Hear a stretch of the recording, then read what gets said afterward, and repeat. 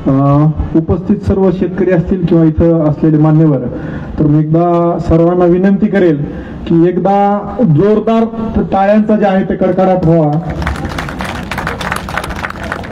हा टाळ्यांचा कडकडाट याच्यासाठी की हे जे काही आपलं फ्रेंड्स फॉरएव्हर फाउंडेशन आहे, तर खूप अशी उत्कृष्ट अशी नाविन्यपूर्ण संकल्पना, म्हणजे कळंब सारख्या एकदम ग्रामीण भागामध्ये तालुका स्तरावर आपले जे काही आसपासचे जे काही खेडेगावातील शेतकरी बांधव आहेत, तर त्यांना नवीन तंत्रज्ञान, म्हणजे आता KVK बारामतीची टीम सुद्धा इथं उपलब्ध आहे, उपस्थित आहे.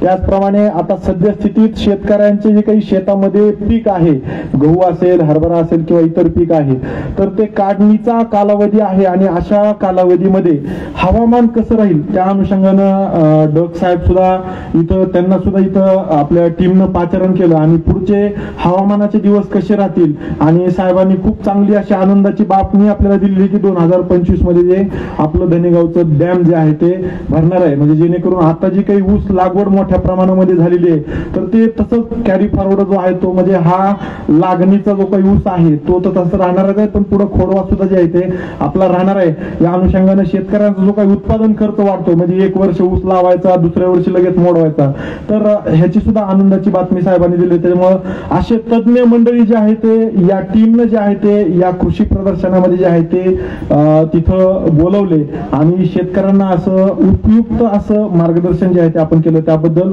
हे टाळ्यांच्या कडकडाच्या माध्यमातून आपलं जे आहे ते अभिनंदन मी करतो. तर सद्यस्थितीत मी इथं जे काही उभा आहे, तर आपल्या जे काही इथं आपल्या भागामध्ये जी काही ऊस लागवड झालेली आहे आणि या लागवड झालेल्या ऊसामध्ये सद्यस्थितीत जे काही कीड असतील किंवा ऊसावर पडत असलेले रोग असतील किंवा अन्नद्रव्य व्यवस्थापनाच्या अनुषंगानं काय काय गोष्टी आता आपण करणं आवश्यक आहे, तर त्या अनुषंगानं मी थोडीशी जे आहे ते आपल्या शेतकऱ्यांसोबत चर्चा करणार आहे किंवा ऊसाचं एकात्मिक व्यवस्थापन कसं आपल्याला करायचं आहे, तर त्या संदर्भात जे आहे ते मी चर्चा करणार आहे. तर आता बऱ्यापैकी जे काही प्लांटेशन आपल्याकडे झालेलं आहे ते ऑगस्ट, नोव्हेंबर आणि डिसेंबरचा थोडासा, म्हणजे पहिले 2-3 आठवडे या पद्धतीने जे आहे ते आपल्याला ऊस पिकाचं जे आहे ते प्लांटेशन झालेलं आहे. म्हणजे आता सध्या आपल्या शेतामध्ये असलेला जो काही ऊस आहे तो जवळपास 2.5 ते 3 महिन्याचा ऊस जो आहे तो झालेला आहे. काही ठिकाणी आडसाली लागवड जी काही झालेली आहे, तर ते तिथं सुद्धा जवळपास 4 महिने जे आहे ते आता पूर्ण झालेले आहेत. मग अशा परिस्थितीमध्ये आपल्याला काय काय गोष्टी निदर्शनास येत आहेत, तर त्या संदर्भात मी थोडंसं दाखवेन. आत्माने तर आता बऱ्याच ठिकाणी जर शेतकऱ्यांनी आपण जर पाहिलं असेल, तर आपल्या ऊस पिकामध्ये आता बऱ्याच ठिकाणी जे आम्ही काही पाहतोय, तर पोंगेमरीचा प्रॉब्लेम जो आहे तो सध्या बऱ्यापैकी जो आहे तो निदर्शनास येतोय. मग हा पोंगेमरीचा प्रादुर्भाव कसा असतो, तर हा पोंगेमरीचा प्रादुर्भाव कशा पद्धतीने निदर्शनास येतो त्या संदर्भात मी थोडंसं तुम्हाला दाखवेन. की आता हेच आमच्या कारखान्याच्या परिसरातील 2-3 प्लॉट मध्ये आम्ही गेलेलो, तर जवळपास 2च जे आहे ते आम्ही लाईन फिरलो, तर त्या ठिकाणी जे आहे ते पोंगेमर अशा पद्धतीने जे आहे ते आम्हाला निदर्शनास येत आहे. आता शेतकरी बांधवांनो, हा खूप महत्वाचा विषय आहे आपल्याकडं, आपण याच्याकडे दुर्लक्ष करतोय. आता पोंगेमर म्हणजे नक्की कशी होते पोंगेमर, बघा हे खालचे जे काही 2-3 पानं आहेत ते पूर्णपणे हिरवेगार जे आहे ते आपल्याला दिसत आहे आणि हा वाढता जो काही ऊसाचा भाग आहे तो भाग मात्र काय झालेला आहे, पूर्णपणे वाळून गेलेला आहे. हा पोंगा जो आहे तो पूर्णपणे नष्ट झालेला आहे, वाळून गेलेला आहे. ह्याला जर तुम्ही अलगद जर असं ओढून जर काढलं तर तो इझी गोईंग मध्ये जे आहे तो निघून येतो आणि हा पोंगा काढल्याच्या नंतर आतमधला भाग जर तुम्ही बघितला तर पूर्णपणे नासून गेलेला सारखा दिसतो. आणि मग आता इथं बघा, इथं आता तर पाहतील तर इथं तुम्हाला काय दिसायलेलं आहे, लहान अशी आळी दिसलेली आहे का? ओके. तर बऱ्याच शेतकऱ्यांना ह्या पोंगा काढल्याच्या नंतर आतमध्ये जे आहे ते आळी जी काही दिसते, बऱ्याच शेतकऱ्यांना वाटतं की ह्या आळीमुळे जे आहे ते, म्हणजे हे छोटी एकदम बारीक अशी नका एवढी आळी, त्याच्यामुळे हे नुकसान झालंय असं गैरसमज शेतकऱ्यांचा होतो. तर शेतकरी बांधवांनो, हे असं नाहीये. ह्या पोंग्याला चिटकून असलेल्या बारीक बारीक ज्या आळ्या आहेत त्याच्यामुळे हे पोंगेमर होत नाहीये. तर ज्यावेळेस तुम्ही हा पूर्ण जो काही जेठा आहे पूर्ण ज्यावेळेस तुम्ही हासाडून घेता आणि तो पूर्णपणे हासाडल्याच्या नंतर आतमध्ये जर तुम्ही खालचा भाग जर तुम्ही पाहिला तर त्याच्यामध्ये अशी एक मोठी अशी आळी आपल्याला निदर्शनास येते. तर त्या आळीमुळं, त्या आळीचं नाव आहे लवकर येणारी खोडकीड. तर या आळीचा प्रादुर्भाव आपल्या ऊस पिकामध्ये झाल्यामुळे जे आहे ते ही पोंगेमर आपल्या इकडे मोठ्या प्रमाणामध्ये. मग ही आळी येते कधी, ज्यावेळेस तापमान जे आहे तर हे 36 डिग्री म्हणजे 36 डिग्री सेल्सिअस पेक्षा ज्यावेळेस तापमान वाढतं आणि हवेतली आर्द्रता जी आहे, रिलेटिव्ह ह्युमिडिटी जी आहे ही 40 असते, 40% असते, त्यावेळेस पोंगेमरीचं जे आहे ते प्रॉब्लेम आपल्या इकडे मोठ्या प्रमाणामध्ये व्हायला चालू होतो. आताही जरी तुमचा मोबाईल जर तुम्ही काढला आणि गुगलमध्ये टुडेज वेदर जर एवढं टाकलं किंवा आजचे वातावरण किंवा आजचे तापमान एवढं जरी तुम्ही तुमच्या मोबाईलमध्ये जर टाकलं तर तिथं सर्व जे आहे ते हिस्ट्री तिथं सगळी जी आहे ती तिथं तुम्हाला निदर्शनास येईल की आत्ताचं म्हणजे हवेचा वेग काय आहे, त्याच्यानंतर तापमान जे आहे ते आपल्या इथलं किती आहे आणि रिलेटिव्ह ह्युमिडिटी किती आहे. तर या आधारे सुद्धा आपल्याला लक्षात येईल की आता आपल्या इकडे जे काही मोठ्या प्रमाणामध्ये पोंगेमर जी काही व्हायलेली आहे ते मागच्या 2-3 आठवड्यापासून जे काही वाढतं जे काही तापमान आहे तर त्याचा हा जो आहे तो परिणाम आहे. तर याच्यामध्ये काय होतं, जसं आपल्या माणसांमध्ये नर आणि मादीचं मिलन झाल्याच्या नंतर पुढे जे आहे ते पुढची संतती जन्माला येते, तसंच ह्या कीटकांमध्ये सुद्धा असतं. कीटकांमध्ये सुद्धा त्यांना आपण शुद्ध मराठी भाषेमध्ये पतंग असं म्हणतो किंवा फुलपाखरं आपण म्हणतो. तर ह्याच्यामध्ये वेगवेगळ्या किडीचे वेगवेगळे पतंग असतात. तर त्याच्यामध्ये सुद्धा नर आणि मादी असा प्रकार असतो. मग ह्या नर आणि मादी हे ह्यांचं मिलन झाल्याच्या नंतर मादी जी आहे ती मादी आपल्या या पानांवर जे आहे म्हणजे इथं कुठेही जे आहे ते तिथं ती अंडी देते. मग आता जी काही हे पोंगेमर करणारी जी आळी आहे तर तिची मादी एका वेळेला जे आहे ते किमान 400 जे आहे ते अंडी तिथं पुंजक्यामध्ये देते. एवढी मोठी कॅपॅसिटी तिची आहे. आणि मग अशा पद्धतीनं ह्या पतंगानं त्या मादी पतंगाने तिथं अंडी दिल्याच्या नंतर त्या अंड्यातून जी आहे ती निघालेली बारीक आळी जी आहे ही जमिनीकडे जाते आणि जमिनीकडे जाऊन जमिनीतून खाली जे आहे ते आपला जो काही ऊसाचा जो काही हा पोंगा आहे इथं जर आपण बघितलं तर इथं आता मी हे दाखवेन नंतर सगळ्यांना, तर इथं छिद्र पडलेलं आहे बघा. तर आतमध्ये खाली खोडाच्या भागेला तिथं छिद्र करते आणि ते आतमध्ये जाते आणि आतमध्ये जे आहे ते ह्या खोडालगतचा सगळा गाभा जे आहे ना म्हणजे ह्या झाडाचं धमन्या आणि शिरा आपण त्याला आमच्या इंग्लिश मध्ये झायलम आणि फ्लोएम म्हणतो. जसं आपल्या शरीरामध्ये रक्त वाहण्यासाठी धमन्या शिरा आहेत तसंच ह्याच्यामध्ये सुद्धा वनस्पतीमध्ये सुद्धा असतं. तर हे झायलम आणि फ्लोएम खायचं काम जे आहे ते आळी करते आणि हे पूर्ण आतमधला भाग खाल्ल्यामुळं ह्या पोंग्याला जे आहे ते पुढं अन्नद्रव्य मिळत नाहीत आणि त्याच्यामुळे जे आहे ते अशा प्रकारची ही पोंगेमर होते. हिच्याकडे जर आपण दुर्लक्ष केलं तर जवळपास आपल्या शेतामध्ये जे काही अपेक्षित जे काही ऊस तयार व्हायला पाहिजेत म्हणजे कारखान्यामध्ये जायला जेवढे काही ऊस तयार व्हायला पाहिजेत तेवढे होत नाहीत. तिथं तुटाळ मोठ्या प्रमाणामध्ये होते आणि ही तुटाळ मोठ्या प्रमाणामध्ये झाल्यामुळे जे आहे ते आपल्या शेतामध्ये जवळपास 33 ते 40% पर्यंत जे आहे ते आपलं नुकसान जे आहे ते ह्या किडीमुळे होतं. आणि म्हणून ह्या किडीचं व्यवस्थापन जे आहे ते आपण करणं अत्यंत आवश्यक आहे. मग ह्याचं कशा पद्धतीने व्यवस्थापन आपण करायचं, जर आपल्याकडं ठिबक सिंचनाची जर सोय असेल तर आपण 200 लिटरचं बॅरल घ्यायचं आणि त्याच्यामध्ये किमान 100 मिली जे आहे ते क्लोरॅन्ट्रेनिलीप्रोल नावाचा घटक आहे. हे एक कीटकनाशक आहे. मार्केटमध्ये तुम्ही त्याला कोराजन नावानं आहे, FMCचं कोराजन आहे किंवा हेलिक्युअर नावानं येतं किंवा आणखीन बरोबर सिटीजन नावाने येतं, सेंजी नावाने येतो UPL कंपनीचं. तर यापैकी कुठल्याही कंपनीचं हे क्लोरॅन्ट्रेनिलीप्रोल हे जर कीटकनाशक तुम्ही घेतलं 100 मिली घेऊन तुम्ही जर त्या 200 लिटर पाण्यामध्ये ते व्यवस्थित कालवलं आणि हे जर ड्रीप वॉटर जर आपण सोडलं तर निश्चित हे कीटकनाशक हे आंतरप्रवाही असल्यामुळं तो जो काही तिथं जे काही आपण यापूर्वी पाणी दिलेलं आहे त्याच्यानंतर हे कीटकनाशक तिथं गेलेलं आहे तर हे कीटकनाशक मुळांच्या द्वारे जे आहे ते शोषून घेतलं जातं. पूर्ण झाड हे विषारी होतं आणि हे झाड विषारी झाल्यामुळं जरी तिथं म्हणजे अंडी दिल्या असतील, अंड्यातून निघाली आळी जरी असेल इनिशियल स्टेजला त्यानं थोड्याफार प्रमाणामध्ये तो जर भाग खाल्ला तर बरोबर तिला जो आहे तो तिचा मेंदूचा पॅरालिसिस होतो आणि नंतर स्टार्वेशन जे आहे ती आळी तिथं मरून जाते. तर अशा पद्धतीने आपण ज्या ज्या शेतकऱ्यांकडे ठिबक आहे तर ठिबकच्या माध्यमातून आपण या कीटकनाशकाची आळवणी करू शकतो आणि त्या माध्यमातून ह्या किडीचं व्यवस्थापन आपण करू शकतो. दुसरा विषय, ज्या शेतकऱ्यांना फवारणी करायची तर फवारणीच्या माध्यमातून सुद्धा आपण या किडीचा बंदोबस्त करू शकतो. एक 15 लिटरच्या पंपामध्ये 8 मिली जर आपण कोराजन म्हणजे क्लोरॅन्ट्रिप्रोल हा जर घटक घेतला आणि त्याची जर फवारणी आपण केली तर निश्चित ह्या किडीचा जो आहे तो तिथं बंदोबस्त आपण करू शकतो. त्यानंतर आपण खतामध्ये सुद्धा जे आहे ते दाणेदार कीटकनाशक आता उपलब्ध झालेले आहेत. तुम्ही जर आता मोठी बांधणी बऱ्यापैकी आता शेतकरी करत आहेत आणि मोठी बांधणी करण्यापूर्वी जे काही आपण आपला ठरलेला जो काही डोस आहे तो जर तुम्ही डोस खताचा देणार असाल, पेरून देणार असाल, तर या खतामध्ये आपण किमान जे आहे ते 6 किलो ह्याच क्लोरेंट्रिप्रोलचा 0.4% जो ग्रॅन्युलर स्वरूपातला म्हणजे हा मॉलिक्यूल भेटतो. तर मार्केटमध्ये विस्तारा नावानं किंवा फर्टेरा नावानं हा वेगवेगळ्या कंपनीचं जे आहे ते हे कीटकनाशक भेटतं. तर किमान 6 किलो जर आपण 1 एकर क्षेत्रासाठी जो काही आपला खताचा डोस आहे त्या खतामध्ये जर टाकला आणि हे जर पेरून दिलं तर निश्चित त्या माध्यमातून सुद्धा जे आहे ते ह्या किडीचा जो आहे तो बंदोबस्त आपण करू शकतो.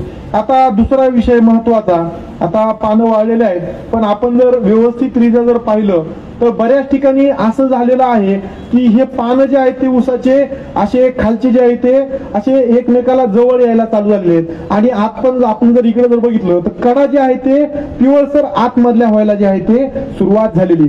हे बऱ्याच ठिकाणी हा प्रॉब्लेम मेजर आहे. मग हा प्रॉब्लेम कुठं दिसतोय? ज्या ठिकाणी पाण्याची पाळी जी आहे ते त्या शेतकऱ्याची चुकलेली आहे किंवा पाणी कमी पडलेलं आहे. पण सगळ्यात महत्वाचं लक्षात घ्या, जिथं पाणी कमी पडलेलं आहे तिथलं मोठ्या प्रमाणामध्ये आधी जे आहे ते वरून जे आहे ते पानं वळायला चालू झालेले आहेत आणि ज्या ठिकाणी अन्नद्रव्याची कमतरता आहे त्या ठिकाणी मात्र जसं मी आता सांगितलं दोन्ही कडकडून जे आहे ते आतमध्ये भाग जो आहे तो पिवळा पडायला जो आहे तो सुरुवात झालेली आहे. तर हे कशामुळे होत आहे? तर हे होत आहे पालाश नावाचं जे काही खत म्हणजे पोटॅश जे काही आपण म्हणतोय तर त्याची अन्नद्रव्याची कमतरता असल्यामुळे जे आहे ते हे प्रॉब्लेम येत आहेत. आता आदरणीय पांडुरंग आबा आवाड आपल्या इथं बसलेले आहेत, तर त्यांच्याच गावातले एक शेतकरी होते, त्यांचा एक फोन आबांना आलेला आणि आबांना त्यांनी फोटो पाठवलेले किंवा अशा पद्धतीने आमचा ऊस जो आहे तो म्हणजे पिवळा पडतोय आणि बऱ्यापैकी पानं जे आहे ते वाळत आहेत. आणि हा इश्यू जो आहे तो आता आम्ही बऱ्याच ठिकाणी फील्ड व्हिजिट करतो, बऱ्याच ठिकाणी हा प्रॉब्लेम जो आहे तो आपल्याला निदर्शनास येतोय. तर ह्याचं प्रमुख कारण काय मी तुम्हाला सांगेन शेतकरी बांधवांनो, की ज्यावेळेस आपण आपल्या पिकाचं कुठल्याही पिकाचं अन्नद्रव्य व्यवस्थापन म्हणजे खत ज्यावेळेस व्यवस्थापन आपण करत असतो त्यावेळेस आपण मार्केटमधून जे काही खरेदी करतोय तर त्या खतावर काय म्हणजे त्या बॅगवर लिहिलेलं आहे त्याचा थोडासा अभ्यास करणं गरजेचं आहे. मी हे तुम्हाला का सांगतोय तर ज्यावेळेस आबांनी त्या शेतकऱ्यांच्या प्लॉटवर आम्हाला जायला सांगितलं, आम्ही त्या प्लॉटवर व्हिजिट दिली आणि त्या शेतकरी महोदयांसोबत चर्चा केली, तर त्यांनी आम्हाला सांगितलं की म्हणजे त्यांना आम्ही विचारलं की तुम्ही कुठलं खत त्या पिकाला दिलेलं आहे. तर त्याच्यामध्ये आपला जो काही ठरलेला डोस आहे म्हणजे युरियाचे 2 पोते असतील, त्याच्यानंतर त्यांनी आपलं DAP म्हणजे 1846 जे काय आपण म्हणतो त्याचं 1 पोतं, ह्या सगळ्या गोष्टी ज्या आहेत ते तिथं दिलेल्या होत्या.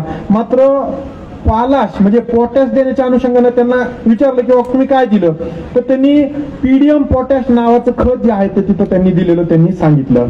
मग लक्षात घ्या, आणि त्यांनी किती बॅग टाकल्या असं त्यांना विचारलं, त्यावेळेस त्यांनी एकच बॅग जी आहे ते 50 किलोची टाकल्याचं त्यांनी सांगितलं.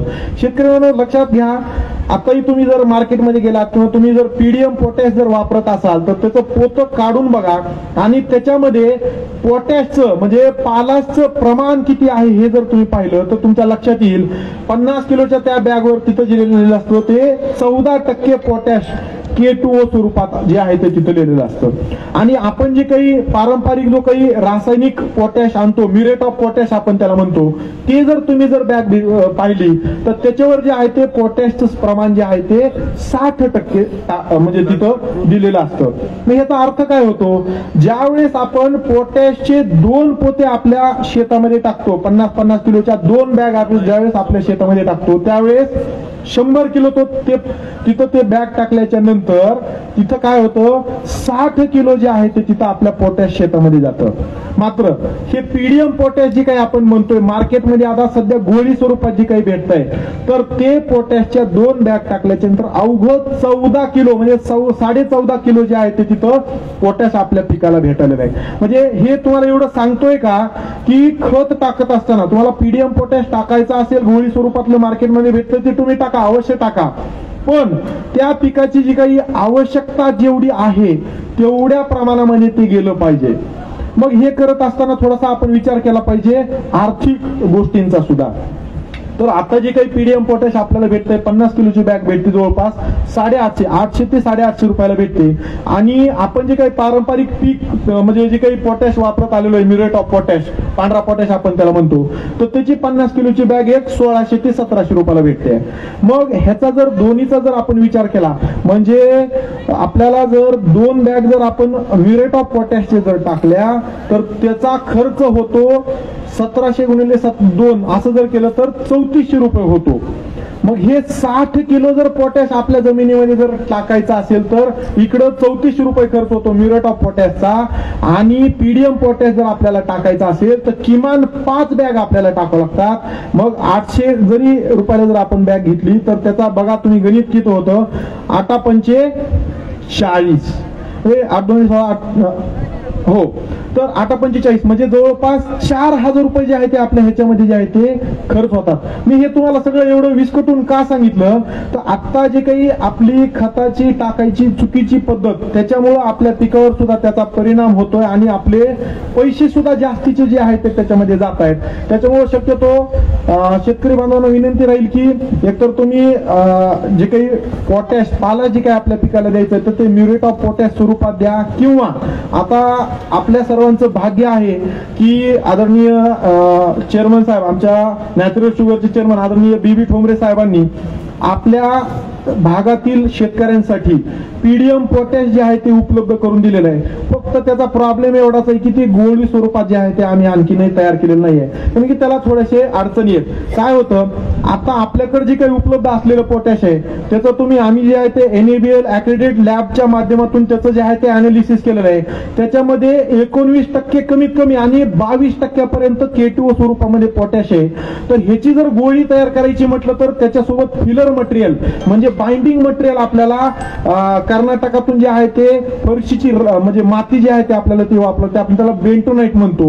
मग हे जर बेंटोनाइट जर आपण वापरलं तर त्याच्यामध्ये त्या गोळी तयार झाल्याच्या नंतर त्याच्यात जे काही अपेक्षित प्रमाण असायला पाहिजे तेवढं ते भेटत नाही. त्याच्यामुळं मी शेतकऱ्यांना एक विनंती करेन की तुम्हाला जर स्वस्तातलं पोटॅश जर टाकायचं असेल आणि पीडीएम पोटॅश जर टाकायचं असेल तर आपण नॅचरल शुगरच्या तिथं उत्पादित असलेलं पीडीएम पोटॅश तुम्ही वापरू शकता. त्याचा खर्च जो आहे तो अवघा 2 रुपये किलो आहे. म्हणजे मार्केटमध्ये उपलब्ध असलेलं पोटॅश जर तुम्ही पाहिलं तर किमान तिथं जे आहे ते 16 रुपये प्रति किलो याप्रमाणे पडतं. मात्र कारखान्यामध्ये उत्पादित असलेलं पोटॅश त्याचा खर्च फक्त 2 रुपये किलो आहे. ते जर तुम्ही एकरी 200 किलो जर टाकलं तर निश्चित तुमच्या पिकाची जी आहे ते अन्नद्रव्याची जिथं जे आहे ते पूर्णपणे तिथं त्या पिकाला तिथं भेटणार आहे. दुसरा विषय आणखी मी ह्याच्यामध्ये थोडासा सांगेन की आता बऱ्याच ठिकाणी ऊस तुटलेला आहे आणि शेतामध्ये खोडवा आहे. आता हे पानं वाढलेले आहेत, मात्र हे पानं जर तुम्ही व्यवस्थित निरीक्षण जर हे केले तर लक्षात घ्या इथं ग्रीनरी अजिबात कुठंच दिसत नाहीये. बघा नंतर जवळून पान तुम्ही पहा, बऱ्याच ठिकाणी गावाच्या लगत असलेल्या शेतामधला किंवा चुनखडीच्या शेतावरचा किंवा जिथं जिथं पांढरी जमीन आहे त्या पांढऱ्या जमिनीवरचा आता उगवून आलेला खोडवा जो आहे तो अशा प्रकारचा पिवळा झालेला आहे. आता हे जे आम्ही आणलेलं आहे ते कुठलं आहे तर रांजणी गावातलं जवळचाच एक प्लॉट आहे, त्या गावाला चिटकूनच आहे. तर त्या ठिकाणच्या पांढऱ्या जमिनीवरचा हा ऊस आणलेला आहे. तर पांढऱ्याच जमिनीवर आपला फुटून आलेला खोडवा किंवा उगवून आलेला ऊस पिवळा का पडतो त्याचं प्रमुख कारण मी तुम्हाला सांगेन की ह्या पांढऱ्या जमिनीमध्ये किंवा चुनखडीयुक्त जमिनीमध्ये मुक्त चुन्याचं प्रमाण हे 5% पेक्षा जास्त असतो. आणि म्हणून ज्या ठिकाणी मुक्त चुन्याचं प्रमाण हे 5% पेक्षा जास्त असतं अशा ठिकाणी सूक्ष्म अन्नद्रव्य मग ते आहे झिंक आणि दुसरं आहे लोह, ह्या दोन्हींचा जो आहे तो अपटेक जो आहे तो तिथं वर म्हणजे त्या पिकाला ग्रहण करायला जे आहे ते तिथं अडचणी निर्माण होतात, तिथं अडथळे निर्माण होतात. आणि मग हे 2 अन्नद्रव्य जर तिथं ग्रहण व्यवस्थितरित्या झाड करू शकलं नाही तर त्या ठिकाणी जे आहे ते तिथं नत्राचं मोबिलायझेशन होत नाही किंवा नत्र तिथं जे आहे ते तिथं व्यवस्थित त्या झाडाची चयापचय क्रियेमध्ये सहभागी होऊ शकत नाही. आणि त्याच्यामुळं नत्राची कमतरता निर्माण झाल्यामुळं हा सगळा जो आहे तो पिवळसरपणा तिथं येतो, तिथं ग्रीनरी राहत नाही, तिथं क्लोरोफिल म्हणजे हरित द्रव्य जे आहे ते तिथं तयार होत नाही. आणि मग अशा ठिकाणी आपण काय करायला पाहिजे तर नत्राचं व्यवस्थित वहन होण्याच्या अनुषंगानं तिथं आपण त्या पिकाला जे आहे ते सूक्ष्म अन्नद्रव्य जे आहे ते तिथं देणं आवश्यक आहे. मग हे सूक्ष्म अन्नद्रव्य कशा पद्धतीनं तर 2 पद्धतीनं आपण जे आहे ते तिथं देऊ शकतो. एक आहे महाराष्ट्र ग्रेड 2 नावाचं लिक्विड किंवा पावडर स्वरूपातलं खत आता बऱ्याचशा कंपन्यांनी जे आहे ते उपलब्ध करून दिलेलं आहे. आपल्या इकडे बऱ्यापैकी आता वसंतदादा शुगर इन्स्टिट्यूट पुणे यांच्या माध्यमातून सुद्धा शेतकऱ्यांसाठी अत्यंत कमी दरात म्हणजे 250 रुपये प्रति लिटर या प्रमाणे जे आहे ते हे सूक्ष्म अन्नद्रव्य उपलब्ध करून देण्यात आलेलं आहे. आणि नॅचरल शुगरच्या नॅचरल बाजारमध्ये हे शेतकऱ्यांना आताच मी आदरणीय लोंढे साहेब जे आहेत डॉक्टर साहेब तर त्यांनी काल मला वाटतं पुण्यावरून जे आहे ते हे अशा प्रकारच्या बॉटल्स जे आहेत ते त्यांच्या शेतीमध्ये वापरण्यासाठी त्यांनी घेऊन आलेले आहेत. तर आता जे काही आपण मार्केटमध्ये जी काही सूक्ष्म अन्नद्रव्याच्या बॉटल्स घेतो तर त्याची किंमत कमीत कमी जी आहे ते अर्ध्या लिटरची आहे 500 रुपये. म्हणजे तुम्हाला हे जर 1 लिटर जर घ्यायचं म्हटलं तर जे काही कॉम्पिटिटर कंपन्या आहेत ते किमान एक 500 ते 1000 रुपयापर्यंत याप्रमाणे त्यांची रेंज आहे. मात्र VSI जी काही आहे तर ह्यांनी मात्र हे शेतकऱ्यांसाठी अत्यंत कमी खर्चात म्हणजे कारखान्यावर तर आम्ही आता ह्याला डिस्काउंट 5% देतो म्हणजे 250 रुपये लिटर याप्रमाणे आम्ही देतो. पण हार्डली शेतकऱ्यांना हे 263 रुपये लिटर याप्रमाणे हे महाराष्ट्र ग्रेड 2चं सूक्ष्म अन्नद्रव्य भेटतं. कृषी विभाग सुद्धा बऱ्यापैकी जे आहे ते ह्याचं जे आहे ते वितरण शेतकऱ्यांना डेमो स्वरूपात करतं. तर ज्या ज्या ठिकाणी अशा पद्धतीचे पिवळे पानं पडत आहेत किंवा खोडवा उगून आला आणि बऱ्यापैकी तो पिवळसर झालाय अशा ठिकाणी आपण ह्या मल्टी मायक्रोन्यूट्रिएंटचा 2 मिली प्रति 1 लिटर पाणी जर आपण या पद्धतीने जर फवारणी केली तर निश्चित हा पिवळसरपणा जो आहे तो घालवण्यासाठी जे आहे ते हे मदत करतं. तिथं जे आहे ते सूक्ष्म अन्नद्रव्य मिळाल्यामुळं तिथं नत्राचं व्यवस्थित वहन होतं आणि आपलं पीक जे आहे ते पिवळं पडलेलं हिरवं होण्यास जे आहे ते तिथं मदत होते. दुसरा विषय ज्या शेतकऱ्यांना समजा खताच्या माध्यमातून म्हणजे पेरणीच्या माध्यमातून हा पिवळसरपणा घालवायचा आहे तर अशा ठिकाणी तुम्ही जे काही खतं देणार आहेत तिथं महाराष्ट्र ग्रेड 1 ची बॅग 10 किलोची मार्केटमध्ये उपलब्ध असते. तर ती सुद्धा तुम्ही जे काही खत तुमचा ठरलेला आहे डोस ठरलेला आहे त्याच्यामध्ये मिसळून तुम्ही ते वापरू शकता. समजा तुम्हाला ही बॅग भेटली नाही तर किमान 5 किलो जे आहे ते आपण तिथं फेरस सल्फेट आणि झिंक सल्फेट 5 किलो या पद्धतीने जरी आपण घेतलं आणि ते खतामध्ये मिसळून जरी पेरलं तरी हा पिवळसरपणा जो काही येतो तो आपण तिथं नष्ट करू शकतो. आता दुसरं आणखीन मेजर इश्यू जे काही आम्ही आता कार्यक्षेत्रामध्ये फिरत असताना पाहिलेला आहे तर सगळ्यात महत्वाचं आता बऱ्याच ठिकाणी जे आहे ते ऊस पिकामध्ये लोकरी माव्याचा प्रादुर्भाव आम्हाला बऱ्याच ठिकाणी निदर्शनास यायला सुरुवात झालेली आहे. आताही जर तुम्ही आता शेतामध्ये गेल्याच्या नंतर पाहिलं कुठल्याही प्रकारची फवारणी झाली नसेल आणि ऊसाची पानं जर आपण व्यवस्थितरित्या जर पाहिली असतील पानांच्या खाली जर आपण पाहिलं तर लोकरी माव्याची जी आहे ते तिथं पिल्ली अवस्था जी आहे ते आपल्याला आणि प्रौढ अवस्था तिथं दिसायलेली आहे. आता मी हे तुम्हाला का दाखवतोय बघा. आता हा एक प्लॉट होता तर ह्या प्लॉट मध्ये मागून जर तुम्ही बघितलं तर हे सगळं पांढरं जे आहे ते दिसायलेलं आहे. तर तो लोकरी मावा तिथं मोठ्या प्रमाणामध्ये झालेला पण संबंधित शेतकरी महोदयांना आपण फवारणी जी आहे ती रिकमेंड केली त्याप्रमाणे त्यांनी ती केली पण आणि आता लोकरी मावा हा सगळा गळून गेलेला आहे. मात्र मी विचारेन इथं हे जर तुम्ही पाहिलं तर तुम्हाला चिकटसर असं दिसतंय का हे आहे का नाही. तर हे चिकट बघा लोकरी मावा झाल्याच्या नंतर बऱ्याच ठिकाणी आपल्या इथं काय होतं ज्वारीमध्ये सुद्धा यावर्षी नाही पण मागच्या वर्षी प्रचंड मोठ्या प्रमाणामध्ये मावा झाला आणि वरच्या साईडला सगळे ज्वारीचे पानं चिकट जे आहे ते झालेले होते आणि हे पानं चिकट झाल्याच्या नंतर कालांतराने जे आहे ते हे जे काही ऊसाचं पान दिसायले तुम्हाला व्यवस्थित हे दिसत असेल हे सगळं वरच्या भागावरचं आणि हे सगळं काळसर झालेलं आहे बघा पूर्णपणे पान काळ झालेलं आहे. तर हे असं पान काळ होण्याचं प्रमुख कारण काय आहे आपल्याला सर्वांना माहिती आहे की कुठल्याही झाडाचं किंवा कुठल्याही पिकाचं अन्नद्रव्य जे काही तयार होत असतं हे पानामध्ये होत असतं आणि हे पानामध्ये तयार झालेलं अन्नद्रव्य काय कुठल्या स्वरूपात असतं तर शर्करेच्या स्वरूपात असतं साखरेच्या स्वरूपात असतं. मग ज्यावेळेस आपल्या एखाद्या ऊसाच्या पानांवर हा लोकरी मावा येतो त्यावेळेस ते पानांच्या खालून काय करतं तर हे कीटक जे आहे ते पान पंक्चर करतात आणि त्यांची सोंड जी आहे ते त्या पानामध्ये घालतात. त्या पानामध्ये सोंड घातल्यामुळं पान पंक्चर झालं की त्या पानात तयार झालेला जो काही अन्नरस आहे तो शर्करेच्या स्वरूपात पानांच्या वर यायला चालू होतो आणि मग ते मोठ्या प्रमाणामध्ये जर प्रॉब्लेम जर झाला तर तिथं चिकटा जी आहे ती विकृती आपल्याला निदर्शनास यायला चालू होते आणि मग हे चिकटा विकृती तशी जर तिथं राहिली तर हवेतली काय बुरशी जी आहे ती त्या पानांवर पडते आणि ही सगळी बुरशी जी आहे ती तिथं वाढायला सुरुवात होते आणि बुरशी मोठ्या प्रमाणामध्ये वाढली की तिथं ते पान पूर्णपणे काळसर होतं. आता मी हे एवढं तुम्हाला का सांगतोय, लक्षात घ्या, आपल्या सगळ्या म्हणजे ऊसाचं जे आहे ते अन्नद्रव्य जे आहे ते सगळं पानामध्ये तयार होत आहे आणि हा मावा जो आहे तो तिथंच प्रॉब्लेमॅट जे आहे ते तिथं तयार करतोय. मग हा मावा जर वाढत गेला आणि सगळे पानं जर असे काळे पडत राहिले तर तिथं मोठ्या प्रमाणामध्ये आपल्या ऊस पिकाचं नुकसान होण्याची शक्यता असते आणि म्हणून तिथं जे आहे ते आपल्याला त्याला तिथं कंट्रोल करणं गरजेचं आहे. तर ज्या ज्या ठिकाणी आता हा प्रॉब्लेम आपल्याला निदर्शनास येत आहे त्या ठिकाणी आपण मार्केटमध्ये थायमिथॉक्झाम नावाचं घटक असलेलं हे निओनिकोटिनाइड ग्रुप मधलं कीटकनाशक आहे, आंतरप्रवाही कीटकनाशक आहे. मार्केटमध्ये एक्टारा नावाने येतं किंवा अलिका नावाने येतं किंवा तेहलका नावाने येतं. तर हे तुम्ही वापरू शकता आणि ह्याची फवारणी जर तुम्ही व्यवस्थितरित्या केली तर निश्चित ह्या मावा किडीचं जे आहे ते आपण तिथं व्यवस्थापन जे आहे ते करू शकतो. किंवा ज्या शेतकऱ्यांकडे ठिबक सिंचनाची सोय आहे त्यांनी 200 लिटर पाणी घ्यायचं, 200 लिटर पाण्यामध्ये 250 ग्राम हे 25% व्हेटेबल ग्रॅन्युलर स्वरूपातलं थायमिथॉक्झाम त्या पाण्यामध्ये व्यवस्थित मिसळायचं आणि त्याची आळवणी जरी तुम्ही केली तर निश्चित जे आहे ते ह्या मावा किडीचं व्यवस्थापन तिथं होऊन जाईल. त्याच्या पुढे जाऊन तुम्ही क्लोरोपायरिफॉस अधिक सायपरमेथ्रिन नावाचं कीटकनाशक बऱ्यापैकी तुम्हाला सर्वांना माहिती आहे, त्याची सुद्धा तुम्ही जे आहे ते तिथं फवारणी करू शकता आणि त्या माध्यमातून ह्या किडीचं जे आहे ते आपण तिथं व्यवस्थापन करू शकतो.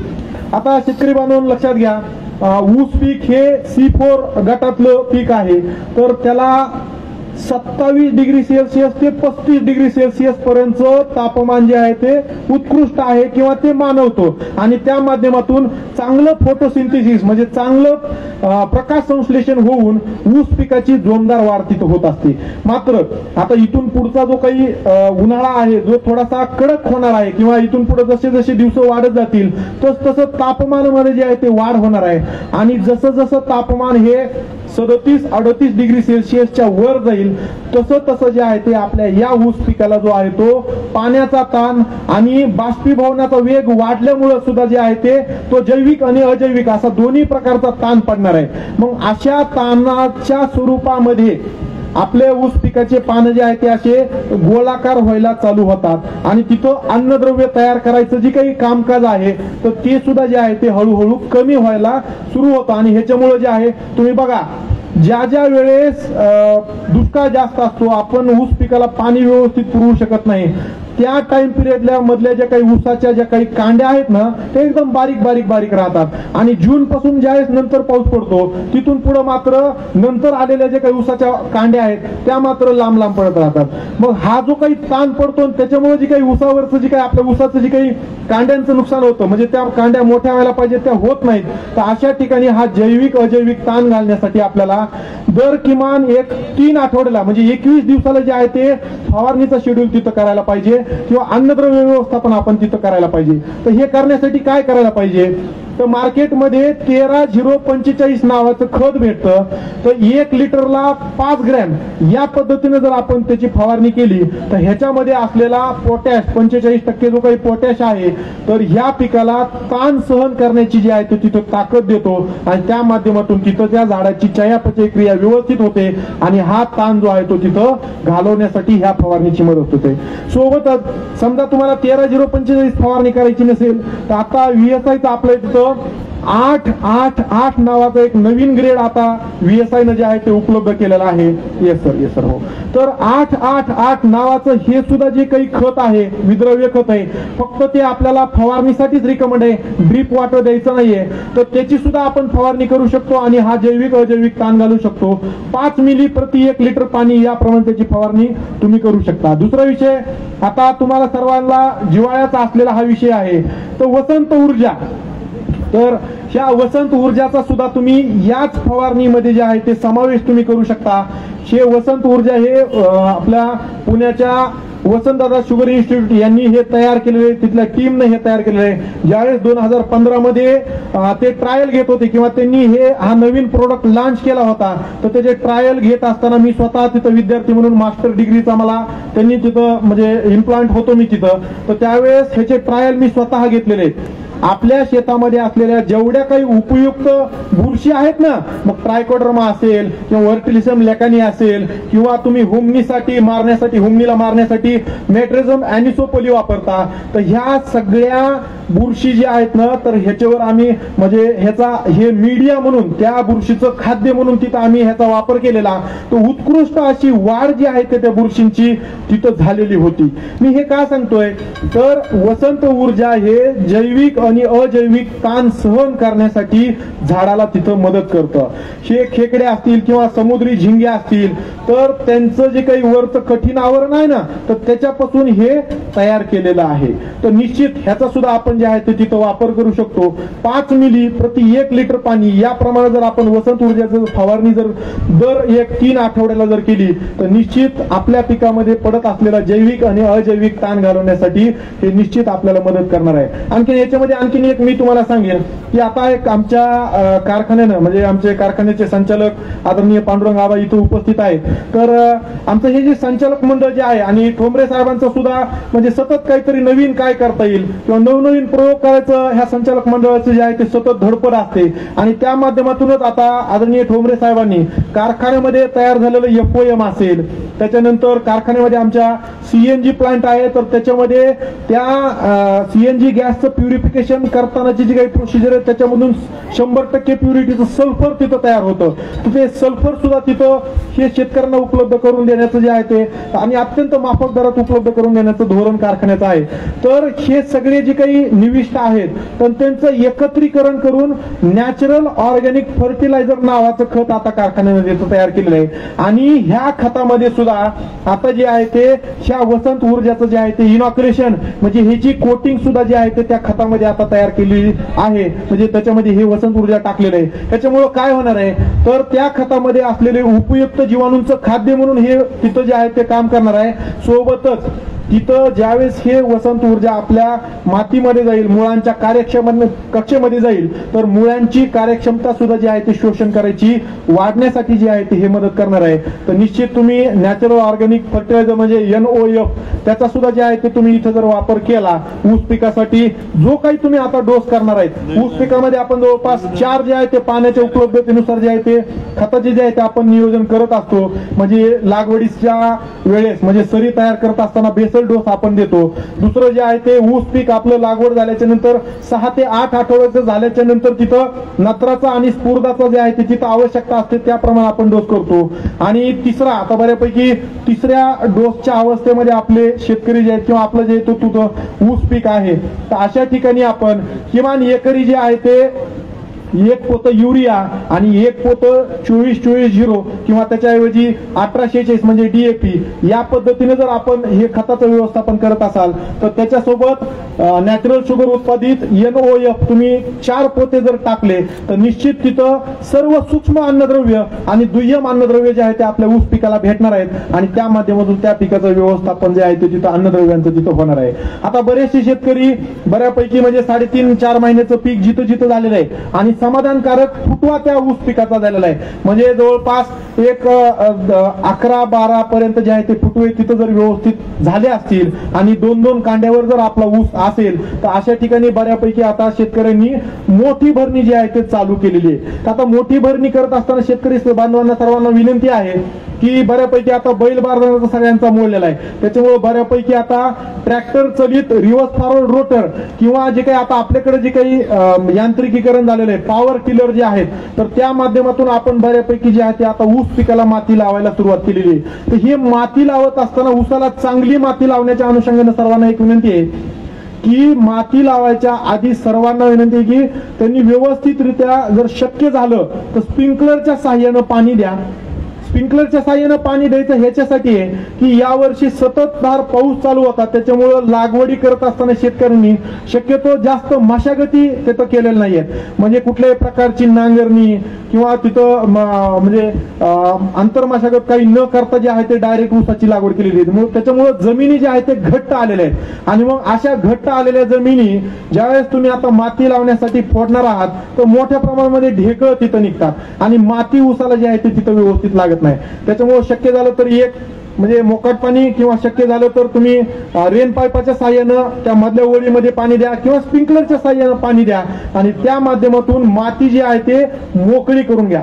हवाशीर अशी झाली पाहिजे. स्प्रिंकलरच्या साह्यानं पाणी दिल्यामुळे माती तिथं मोकळी होते आणि हे झाल्याच्या नंतर चांगली जमीन वापशावर आल्याच्या नंतर जो काही आपला खताचा जो डोस असतो ठरलेला, मग तुमचा जो काही ठरलेला असेल तो डोस करा किंवा 10-26-26चे 2 पोते अधिक 1 पोत युरियाचं या पद्धतीनं जमिनीच्या मजदुरानुसार किंवा तुमच्या माती परीक्षानुसार जर तुम्ही हा डोस केला, तो खत जर तुम्ही टाकून घेतला आणि त्यानंतर जे आहे ते जर त्या ऊस पिकाला जर आपण माती लावून घेतली तर निश्चित तिथं अन्नद्रव्य व्यवस्थापन तिथं व्यवस्थित होईल. आणि आता सर्वांना माहिती आहे की सर्वच कारखान्यांचा मेजर प्रॉब्लेम किंवा शेतीचा मेजर प्रॉब्लेम काय असेल तर आता लेबर भेटना गेले. त्याच्यामुळं पुढच्या वर्षी सुद्धा मोठ्या प्रमाणामध्ये जामिंग सीझन राहील आणि आता ऊस तोडणीसाठी लेबर यंत्रणा मिळत नाहीये.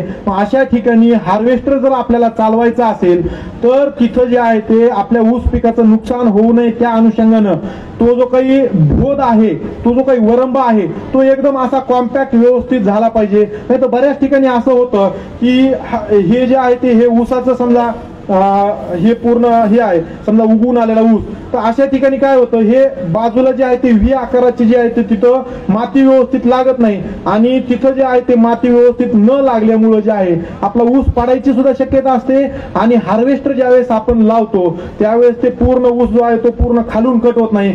एवढा भाग जो आहे तो आपल्या ऊसाचा तिथंच तसाच राहून जातो. आणि मग ह्याच्यामुळं माती लावत असताना सुद्धा सर्वांनी काळजी आता सांगितल्याप्रमाणे घेणं गरजेचं आहे की आधी पाणी द्या, जमीन चांगली मोकळी करा आणि त्याच्यानंतर रिव्हर्स फॉरवर्ड रोटरच्या साहाय्याने जे आहे ते तुम्ही तिथं जे आहे ते ऊस पिकाला व्यवस्थित माती जे आहे ते लावून घ्या. तर ऊस पिकामधले महत्वाचे जे काही विषय होते ते सांगितले. आणखीन मेजर आपल्या भागामध्ये बऱ्यापैकी डुप्लिकेट 10,001 म्हणून किंवा डुप्लिकेट 3102 नावानं बऱ्यापैकी एका पश्चिम महाराष्ट्रातून आलेल्या ऊस जातीची लागवड बऱ्यापैकी झालेली आहे आणि तो खोडवा स्वरूपात आपल्याकडे बऱ्यापैकी आहे. तो ऊस म्हणजे CO 62-175. तर सर्वांना विनंती राहील की आपल्या शेतामध्ये ही जर व्हरायटी असेल CO 62-175 तर त्या ठिकाणी खोडवा पिकामध्ये आता मोठ्या प्रमाणामध्ये जसं जसं ऊन वाढत जाईल तसं चाबूक कानीचा प्रादुर्भाव तिथं निदर्शनास यायला चालू होईल. म्हणजे चाबूक कानी म्हणजे काय की जसं हे पोंगेमर होते तशाच प्रकारचा जो आहे तो म्हणजे हा पोंगेमरून असा वाकडा कसा होतो तसा चापकासारखा ऊस आपला होतो, मात्र तिथं सगळी काळी बुरशीची वाढ तिथं मोठ्या प्रमाणामध्ये झालेली असते. तर अशा ठिकाणी सर्व शेतकऱ्यांना विनंती राहील की ते तसे बाधित झालेले बेट पूर्णपणे व्यवस्थित प्लास्टिकच्या पिशवीमध्ये कट करून घ्या आणि ते शेताबाहेर नेऊन जाळा आणि ती जे काही बुचडी आहे जमिनीखाली जो काही भाग आहे तो सुद्धा शक्य जर झालं तुम्हाला तर ते काढून नष्ट करून टाका किंवा तिथं कार्बेटिझम नावाचं जे काही बुरशीनाशक आहे तर त्याची व्यवस्थितरित्या तिथं जे आहे ते फवारणी करा. हे तुम्हाला का सांगतोय की हे जे काही कानीचे जे काही स्पोर्स आहेत त्याचे बीजाणू जे आहेत तर ते हवेच्या माध्यमातून 2-2 किलोमीटर पर्यंत प्रसार त्याचा होऊ शकतो आणि चांगल्या जे काही आपल्याकडे ऊस जाती आहेत तर त्यांचं सुद्धा इथं नुकसान होऊ शकतं. त्याच्यामुळे ही काळजी आपण घेणं गरजेचं आहे. तिथं एक प्रगतीशील शेतकरी टेरे साहेब आहेत तर त्यांच्याच एका शेजाऱ्याचं जे ते हा 62-175 तिथं प्रचंड मोठ्या प्रमाणामध्ये गवताळ वाढीचा प्रॉब्लेम झालेला आणि तीच गवताळ वाढ जी आहे ते इकडं चांगल्या आता जी काही आपल्याकडं प्रॉमिनंट व्हरायटी आलेली आहे फुले ऊस 15-012 तर त्या रोप लागवडीमध्ये ही गवताळ वाढ निदर्शनास आली. त्याचं प्रमुख कारण जर काय असेल तर ह्या 62-175 ऊसामध्ये आलेला जो काही रोग आहे ना तर ते किडींच्या माध्यमातून तो रोग जो आहे तो इकडं चांगल्या व्हरायटीमध्ये आलेला. त्याच्यामुळे आपल्याला जर पुढे ऊस पीक जर सस्टेन ठेवायचं असेल, शाश्वत ठेवायचं असेल आणि कमी फवारण्यामध्ये कमी खर्चामध्ये जर आपल्याला ऊस पीक घ्यायचं असेल तर अशा प्रकारचे जे काही रोग आहेत तर ते जर आपल्या फील्डमध्ये शेतामध्ये जर निदर्शनास येत असतील तर वेळीच ते काढून जे आहे ते त्या बुचड्या जे आहे ते ऊसाच्या काढून नष्ट करणं गरजेचं आहे, जाळून टाकणं गरजेचं आहे. च्या उपाययोजना ते सद्यस्थितीचं आपण करणं गरजेचं आहे. तर माझे जे काही महत्वाचे विषय आहेत ते मी तुम्हाला सांगितलेले आहेत. आमच्या नॅचरल शुगरचा इथं स्टॉल आहे 66 क्रमांकाचा. तर तिथं नॅचरल शुगर मध्ये म्हणजे आमच्या संचालक मंडळ आणि बीबी ठोंबरे साहेबांच्या माध्यमातून जे काही अत्यंत माफक दरात जे काही निविष्ठा कारखान्यावर उपलब्ध आहेत तर ते सगळं तिथं आपण ठेवलेलं आहे. तर हे सेशन झाल्यानंतर आपला इथला कार्यक्रम झाल्याच्या नंतर निश्चित सर्वांना विनंती राहील की आपण तिथं जावं, अवश्य तिथं भेट द्यावी आणि ज्या ज्या निविष्ठा तुम्हाला आवश्यक आहेत तर त्याचं जे आहे ते तुम्ही त्याचा अवलंब करावं. आयोजकांनी मला इथं बोलण्याची संधी दिली आणि उत्कृष्ट असा हा शेतकऱ्यांसाठीचा कार्यक्रम आपण आयोजित केला त्याबद्दल मी आपले आभार मानतो आणि सर्वांनी व्यवस्थितरित्या हे ऐकून घेतलं त्याबद्दल प्रेक्षकांचे मी आभार